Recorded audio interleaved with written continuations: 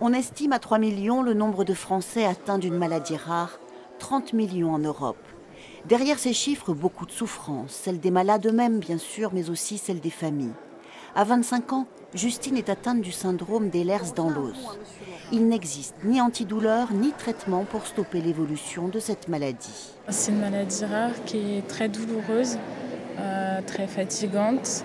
Elle touche le collagène, les tissus conjonctifs, donc c'est un peu le ciment du corps. Et ça avance par phase. De savoir qu'on ne peut rien faire à l'heure actuelle, c'est très dur pour nous. Et de se dire, elle a 25 ans et elle reste dans un fauteuil. Elle marchote un petit peu, elle va se déplacer. Ce n'est pas la vie d'une jeune fille de 25 ans. L'épuisement psychique des familles, Sébastien et son épouse Céline le connaissent bien. Toute leur vie s'articule autour d'Agathe, 5 ans, touchée par le syndrome Coulenc-de Vries, 50 cas recensés en France. Déficience intellectuelle, problèmes de motricité, troubles du comportement.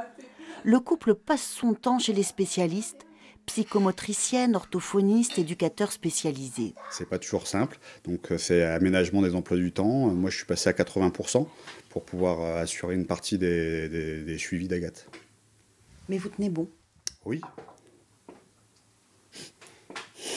6 à 8 000 maladies rares recensées, un vrai problème de santé publique, peu pris en compte par les laboratoires, mus par une logique commerciale. Ces maladies sont tellement nombreuses, avec chacune leur particularité, qu'il n'est pas facile de développer de façon universelle un traitement pour toutes.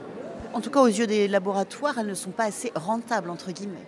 Oui, et c'est même ça qui a donné naissance à la définition d'une maladie rare, qui est une maladie qui touche moins d'une personne sur 2000. C'est des contingences économiques, financières pour les laboratoires. Tout comme pour Agathe, 80% des maladies rares sont invisibles. C'est pourquoi le 3e plan national des maladies rares préconise le renforcement du diagnostic pour réduire l'errance médicale. Allez, arrête.